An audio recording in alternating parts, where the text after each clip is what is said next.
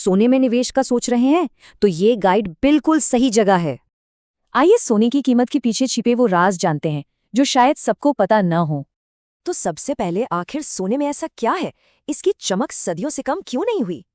देखिए, जब भी बाजार में उथल-पुथल होती है, सोना एक सेफ बेट माना जाता है। ये सिर्फ एक सेफ इन्वेस्टमेंट ही नहीं बल्कि हमारी परंपरा और महंगाई से बचाने वाला ढाल भी है।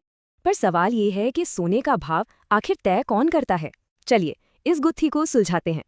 ये कोई मनमानी कीमत नहीं है, इसके पीछे एक पूरी ग्लोबल मशीनरी काम करती है। इंटरनेशनल रेट लंदन में तय होता है और भारत में MCX उसी को बेस बनाकर दाम तय करता है।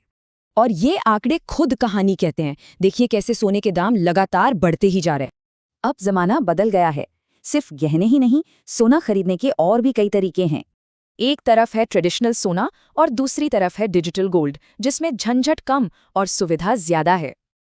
लेकिन रुकिए, डिजिटल गोल्ड के अपने रिस्क भी हैं, जैसे कि रेगुलेशन की कमी और कुछ हिडन चार्जेस।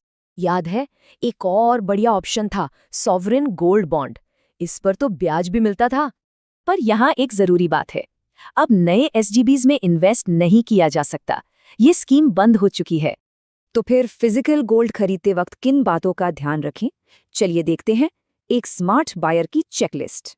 सबसे पहले और सबसे जरूरी, गहनों पर ये 6 डिजिट का HUID कोड जरूर चेक करें। और इसे वेरीफाई करना भी बहुत आसान है, बस BIS केयर ऐप डाउनलोड करने की देर है। दूसरी जरूरी चीज है वेस्टेज चार्ज। ये वो कीमत है जो सोना बनाने में हुए नुकसान के लिए लगती है। इस फॉर्मूले को समझने से ये पता चल जाएगा कि आपसे सही चार्ज लिया जा रहा है या नहीं। तो सवाल ये है कि सोने का भविष्य कैसा है, आगे क्या होने वाला है? एक्सपर्ट्स का तो यही मानना है कि 2026 तक सोने की कीमतें और भी ऊपर जाएंगी। और टेक्नोलॉजी तो सोने की खरीद फरोख्त का पूरा तरीका ही बदल रही है, सब कुछ आसान हो गया है। तो आखिर में एक सवाल, क्या टेक्नोलॉजी की वजह से सोना सिर्फ एक और कमोडिटी बनकर रह गया है,